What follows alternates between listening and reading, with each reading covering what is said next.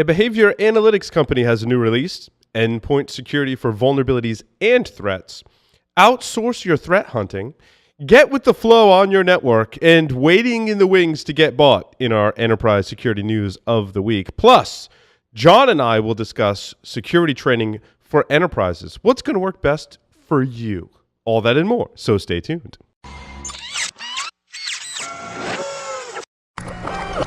This is a Security Weekly production.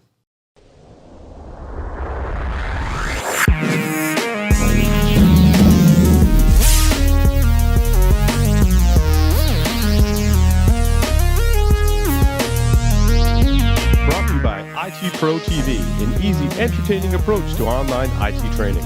IT Pro TV offers 1,000 hours of up-to-date, high-quality video training content. Course topics include certified cloud security professional, ethical hacking, cryptography, and VMware. You can stream their courses live or on demand to your mobile device, all for one low monthly subscription price and cancel at any time. Visit itpro.tv/enterprise security to upgrade your brand with the most popular IT certifications. Use the code ES30 for a free 7-day trial and save 30% off for life. Welcome, everyone, to Enterprise Security Weekly, episode 17, being broadcast live from G Unit Studios in Rhode Island. I'm, of course, your host, Paul Asadorian. On the lines via Skype, none other than John Strand. Welcome, John. Hello. I'm coming from future murder movie studio set in Spearfish, South Dakota. There you go. There you go. Let's see, just a quick announcement. IT Pro TV has updated some of their courses. The recent ones that got updates were CCNA Security, CHV9, Metasploit, and Red Hat Linux. So make sure you check those out, some fresh courseware for you, which kind of is interesting, very topical for our discussion today. But first, the enterprise security news. And John, you're going to love this first story. Exabeam 3.0 was introduced. Now, for those who don't know, Exabeam is, according to the press release, a leader in the user and entity behavior analytics. That's UEBA, for those paying acronym bingo at home. You can fill in your circle for UEBA. They added in the E. I'm surprised that it isn't UEBA-TM to kind of set that up. It's like, no, we could do entity behavioral analytics, but that's not sadly in the cards today. So they say automated machine accounts are the ultimate wolf in sheep's clothing for a hacker. These accounts have access to sensitive information and are almost never monitored and are growing at an exponential rate. To handle this threat, they've created an entirely new architecture that adds scale-out flexibility to patented stateful tracking. But gets better, John. Here's what they say. At a customer site, Exabeam 3.0 was the only security solution that detected DNS tunneling, attaching to Tor networks, and rogue authentication requests to directory services. Oh, God. I'll just pause there. For the inherent shredding that is about to ensue. And on the other side of Enterprise Security Weekly, this is our last show. Yeah. After Exabeam dominates the entire industry because they can detect DNS tunneling. We're done here, Paul. I think from here on out, it's basically by Exabeam. Thank you very much, everybody. They've solved the security problem. They solved it. Oh, God. No, I'm sure there's people who are running Exabeam, and Exabeam is probably listening, and we're going to get emails, and that's fine. I want to know more about your solution. I want to know more about success stories. Well, let's cut off some of those. Let's cut off some of those angry calls from Exabeam. All right. So first and foremost, we have had about 5-6 customers that have Exabeam, and Exabeam is fantastic. It is a really, really, really nice tool. I have absolutely nothing bad to say about actually using Exabeam and detecting pen tests and pivoting around the inside of the environment. I think it was founded by a couple of engineers from ArcSight, if I'm not mistaken. Yeah, you might be right. Years ago, but it's a great product, so please check it out. This is just another one of those situations where you have a fantastic product and a marketing department that went way off the rails. I mean, jumping up and saying, "Yep, we're the only ones that can detect DNS tunneling," and people connecting to Tor. In fairness to them, they did say that at that customer site they were the only solution. However, they do mention DNS tunneling several more times in. Yeah, I know. Now, is Exabeam? Does that sniff the network and take logs? Is that like a dual? It must. What I've actually seen it being used for is specifically in the user behavioral analytics space. So I saw the magical 2.0. I haven't seen the mythical 3.0 yet. Right. But no, everything that it did as far as internal pivoting around the inside environment, looking for multiple concurrent logins, those types of things, it nails it to the wall. It does a really, really good job. And I think that kind of what we're picking on is the ability to detect DNS tunneling and attaching to Tor networks is, for some, very easy to detect that type of behavior on the network. The rogue authentication request to directory services, that speaks more to the user behavior analytics, which it sounds like they do a pretty good job of. Well, and let's get into specifically what they're talking about, because if you take the title of this, it's basically looking at non-human insider threats.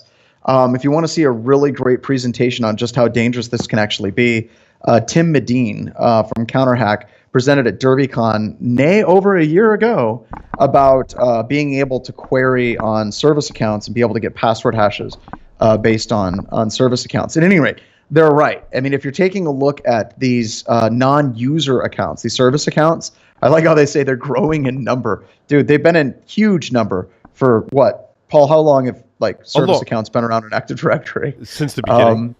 A really, really long time.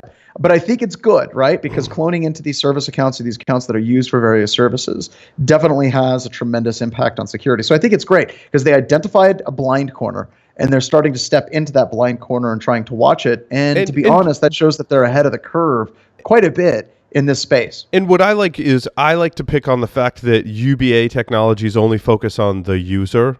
And if the user does something or a user account does something, I like that Exabeam's trying to break out of that mold and say it doesn't necessarily have to involve a user.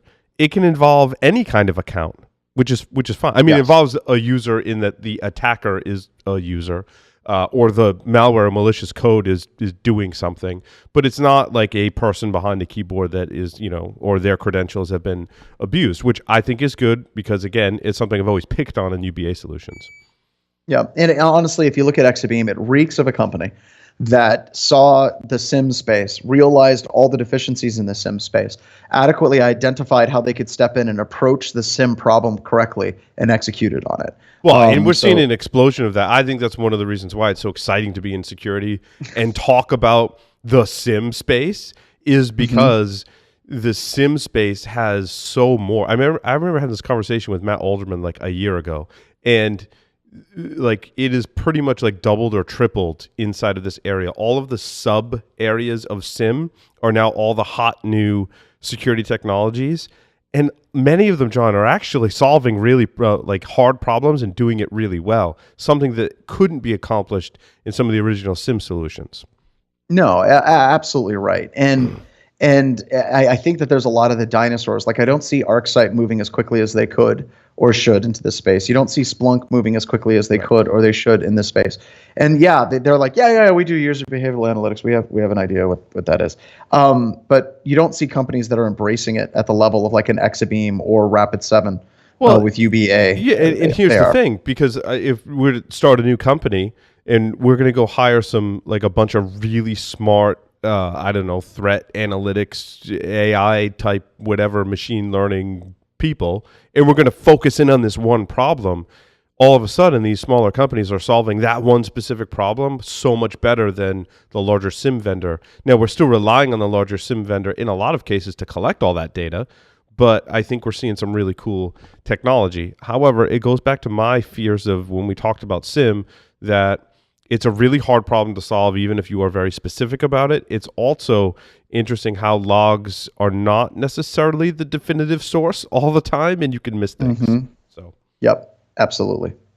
So Rapid7 has an interesting announcement. I don't know if it's a new announcement or not. It actually came from their blog, but it's news to me. And okay, so this was the beginning of the summer, but the same, and I'm quoting from their blog post, the same agent is used for all solutions in the Insight platform. This includes Nexpose Now and Insight IDR. So it's one agent for vulnerability management and endpoint threat detection. Now, I have not personally used their agent for either of those things. However, the combination of those two things I think is pretty good. right? I can detect some threats, and oh, by the way, I can detect some vulnerabilities in the same agent, and I don't have to deploy a lot of agents to do that. That's some pretty good functionality from one agent. Again, we've talked about the endpoint agent and security market and how you could have 12 agents, you could have one agent. There's going to be gaps, but here's a vendor that has combined these two pieces of functionality, which I think is very smart and not an easy thing to do either when you've got these two disparate products and now you want to bring those together under one agent. And this is something that I think, as you and I are moving forward with offensive countermeasures and what we're working on, you have to be careful because if you're looking at Rapid7, for example, if we actually look at their total product line, there is a tremendous amount of different products that they actually have now, right? So you got Nexpose, you got the Insight IDR, I think is what it's called, and they're adding in these new endpoint agents and live monitoring and tying it in. And this hasn't happened yet, but it's something to start watching. Is you remember IBM, and IBM still does this today, but Paul, if we go back like 8 years ago, IBM had thousands of products, and they charged for every single one of them. And I think that as you're seeing a company like Rapid7, they're going to basically do a couple of things. Either A, they're going to fracture their product line to the point where there's so many different products that are all over the place that it becomes hard to be a leader in any one particular product line. Or they're going to find a way to try to keep that stuff more unified, price it appropriately, and still manage to innovate without trying to spawn off a new product for absolutely everything.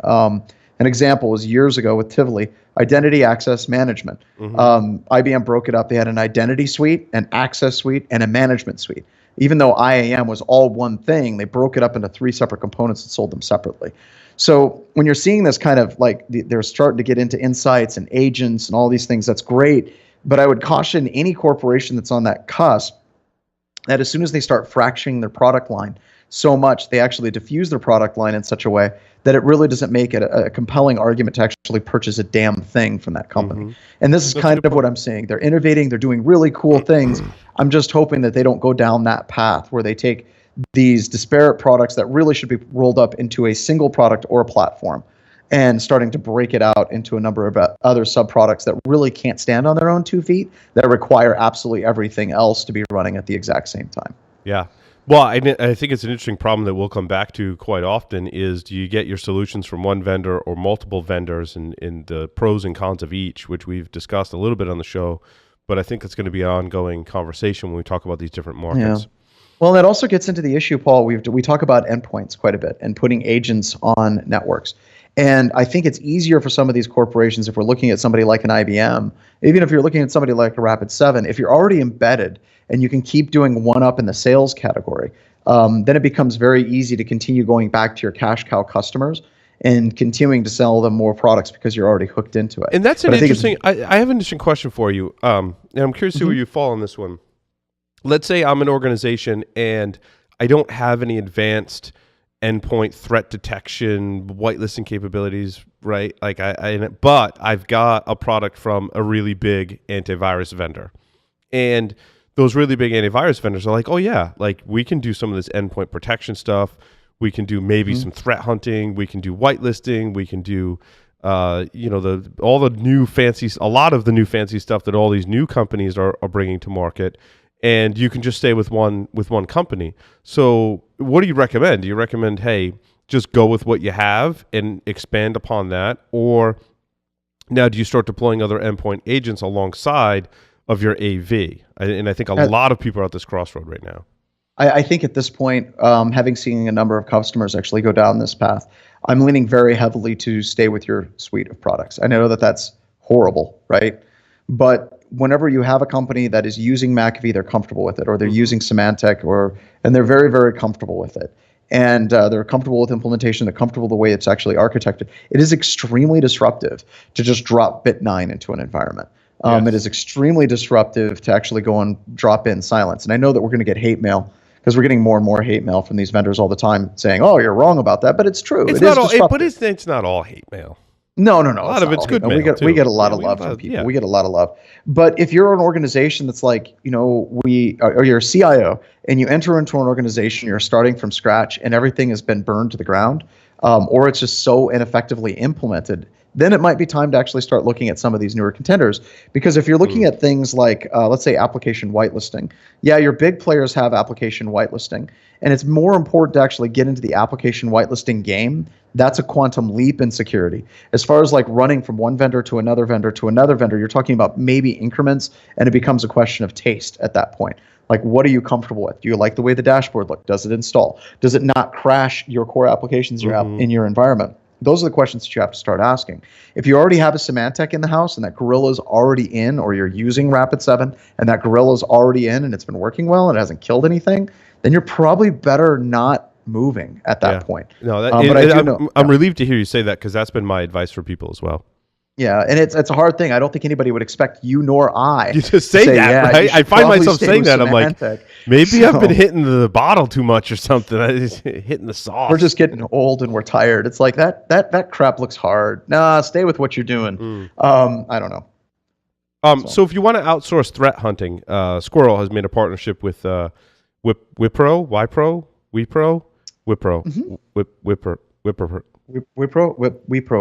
Something. WIPRO. How about that?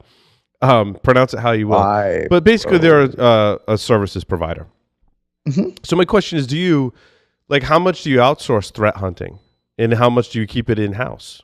So and I think that this is a trap. And the reason why I think it's a trap is because threat hunting, you have two choices. Imagine that you have a scale. On one side of the scale, you're paranoid and everything looks like a threat, and you spend a tremendous amount of time. You're in the land of false positives, right? And then on the other side, you don't alert on anything, right? Because you're so worried about impacts to production or the boy that cried wolf syndrome. You're not really taking any action at all because you don't know what anything is. You're going to assume that everything is okay. Whenever you bring in and you do a threat hunt, and even managed security services, they don't understand what normal is. And if you think you can bring in a managed security service and they can just automatically start doing threat hunting for you magically, they're really, really, really good at detecting the current threat du jour. But if you're looking at a targeted attack or a very determined attack coming in, a tremendous amount of threat hunting as consulting is sitting down with the customer and saying, "What is this? Oh, well, that's our SNMP trap for our toilets in our airport," which it's some reason that's always stuck with me. But you don't know what normal actually looks like as a consultant. So if you're a managed security service provider or you're coming in as a third party and you expect that you're just going to have this firm that's going to take care of all of it for you, you're going to be screwed. And that's not just an issue for threat hunting. That's also an issue for managed security services as a whole. So if you're looking at a managed security services, it is absolutely essential that you look for somebody that's going to be a partner, that's going to work with you, that's going to sit down, is going to learn what your architecture is, and going to ask you a lot of annoying questions in the process. What I recommend with people too is, if you do have a small team and you're looking at outsourcing some of your services, a couple things, right? One, someone coming in and do a threat hunt and learning from them, probably not a bad idea, but have a plan for implementing that moving forward, likely in-house. But the other flip side of that coin is you're outsourcing some of your services to an MSSP, like your firewall, maybe your VPN, and that MSSP has a little understanding of your environment.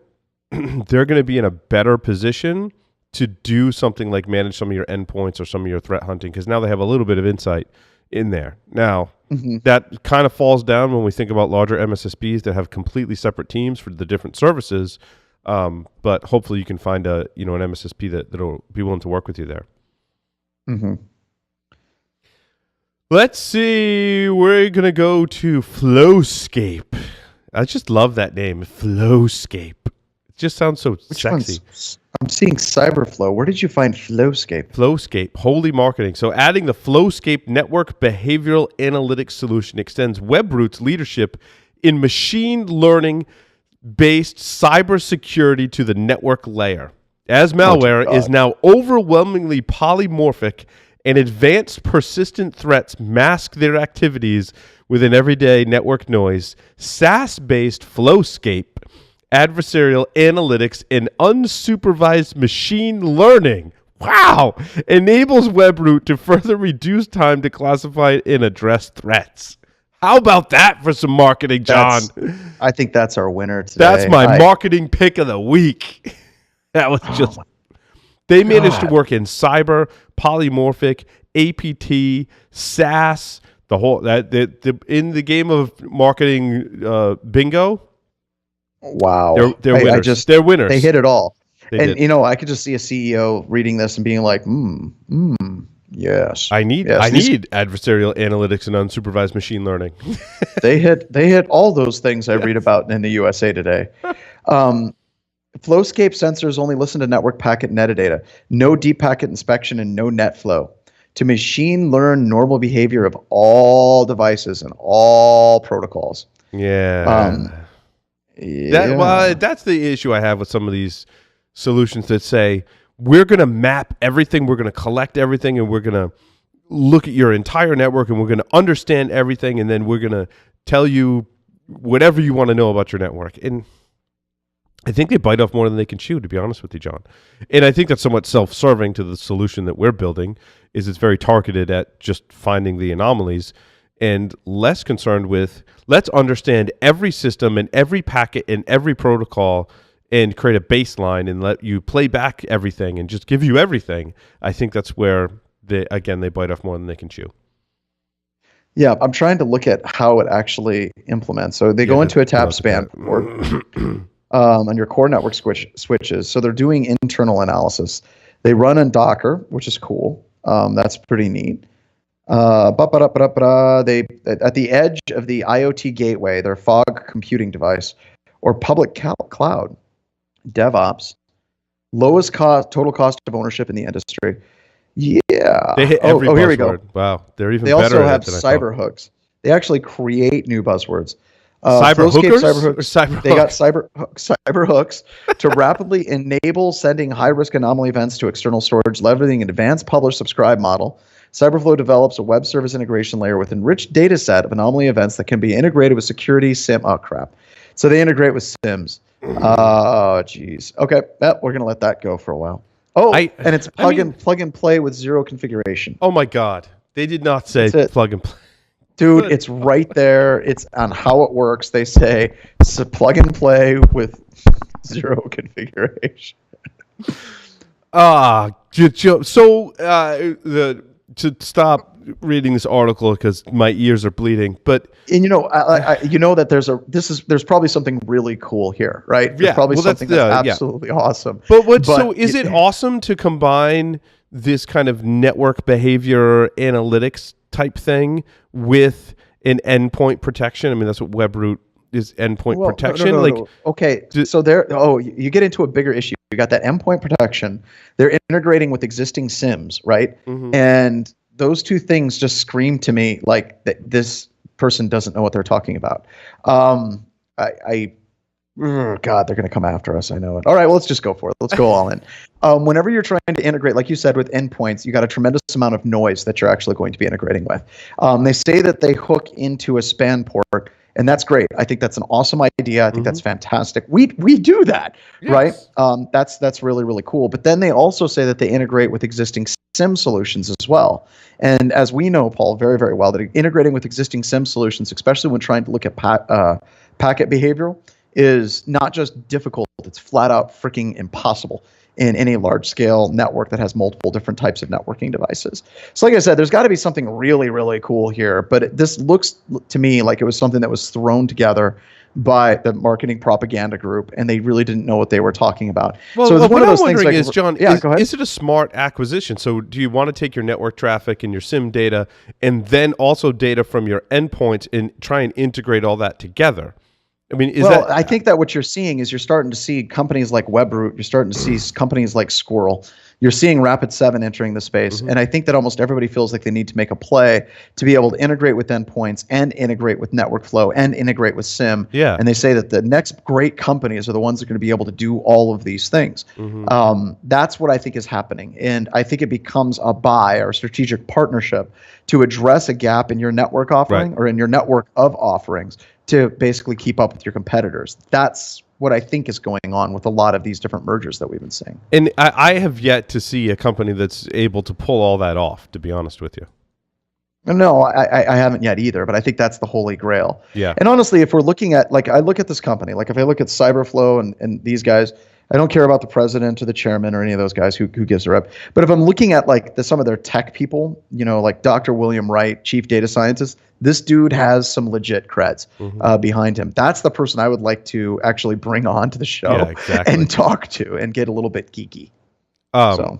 Imperva, who once was one of the market leaders in terms of like cool AppSec technology. What the hell is going on there? Dude, they're like, in my book, they're like, don't buy their stock and they're a hold on buying their product. I mean, they're just basically waiting in the wings to get bought right now. And it looks like they've made a lot of acquisitions and put a lot of new products out there, but it's just, it's not good for Imperva. See, and I don't know the full story there, but. So, I've heard bits and pieces too. Would you agree? I mean, you look at the business side a lot more than I do, without question. I would say it's a very, very bad idea for your company to look like it's actively trying to get bought. And that's exactly what's happening. And if you want to get bought, you want to make it look like you have no interest in getting bought, and it's going to take a whole bucket full of money to buy us out. Right. I think that that's the right approach. But whenever these companies start actively looking like they're trying to get bought, it really looks sad. I mean, when you look at Imperva's website and you go to products and you see web application security, which is what I identify with the company. But then they've got DDoS protection, breach prevention, file security. They've got platforms, management, and agents. They've got data security and a whole bunch of stuff with data security, like big data security. They've got cloud security with Encapsula, which I think was a merger, if I'm not mistaken. Merger or acquisition, I'm not sure which. And then they've got industry solutions. So they just seem to have spread themselves very, very thin. And my kind of thinking is they're just waiting to get bought so that someone can come in and kind of consolidate or sell off, and so they can focus. And I think this also goes back to what I was talking about at the very beginning with Rapid7 and kind of cautioning them from having their product line fracture too much. And I think that you go to their product line and it's SharePoint security, file activity monitor, file monitor, platform management, analytics, agents, advanced technologies. I mean, for their platform, they even say that in their product line, they'd have advanced. What the hell is that? So I think I think this is kind of a textbook example of a company that went too big with too many products too quickly. And dude, if they're sitting around waiting to be bought, I'd hate to be an investor in that company. I'd hate to be working at that company, because what's going to happen, they're going to get bought and they're going to get liquidated very quickly. Yep. Just a couple of quick ones. Coverity has a new release, which has some security improvements for Java-based software. I don't know how much you see Coverity in there in your daily. I think, as everyone knows, we're very, very, very good friends with Veracode, and full interest of disclosure. Coverity is a good company too. I hear nothing but good things about it as well. So it's kind of interesting. You talked about improvements in Java. C#, I think, is the other one that they had that they've been working with as well. But the Java one is interesting to me because everyone keeps expecting Java to go away. No, and you see a lot of, like, in terms of lines of code, it's depending. Huge. I was reading an article, like, depending on how you count what's the most popular programming language, Java's like at the top of all of the lists. And they counted like a few different ways, and I don't remember all the details. I think I saved that article somewhere, but maybe we'll talk about it next week. But I thought it was kind of interesting. And this just shows it's not going away. I mean, even if people, like the young kids, are going to learn how to code in Go or something else, Java's here to stay for a long time. Threat Connect adds RSA NetWitness Suite to integration intelligence, which to me is a smart way of doing threat intelligence, is to integrate it into other solutions and use it as another yet correlation point. I think Threat Connect has led the market in that area, in that respect. And I got a question from what you've been hearing as far as NetWitness in that particular tool suite. Is it still kind of the market leader, or do you still need roughly a PhD to actually run it? No, it still requires a PhD from one. It falls in that category for me of people that have like ArcSight and really large Splunk. Like, I see them all going down the same path of, it takes us like a year to get this whole thing implemented and lots of resources. And at the end of the day, we can collect everything and we can do some basic analytics, but we're going to go by or looking for a way to do user behavior analytics, threat hunting, and integrate with our privilege management system and do that stuff. You know what I'm saying? And this gets into a chicken and egg problem, and it's something that you and I deal with, and it's probably one of those things I need to come on to talk about it on the Startup Security Weekly. But whenever you start talking about products that are very complicated or they require somebody to actually know what they're doing, is that actually marketable at some point? Because like NetWitness, personally, whenever I've seen it run, I had one of the RSA engineers in my SANS 504 class last year, and she showed me what it could do, and I got all geeked out about it. It was like, oh my God, this is so cool. And you're generating these queries and stringing these different things together to try to pull the data you want. It's awesome. But you had to know what the hell you were doing. And I almost wonder sometimes if you're marketing a product to people who know what the hell they're doing, these are people that can do it on their own without that product. So how do you actually market that appropriately? And I think RSA has balanced that very well. But it's just something that constantly rolls around in the back of my head. If your product does awesome things, but you have to be an awesome person to run it, an awesome person can do that with a series of Python scripts or regular expressions in Perl.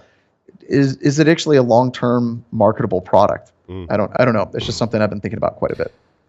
With that, we're going to take a short break, come back, and talk about security training for your enterprise.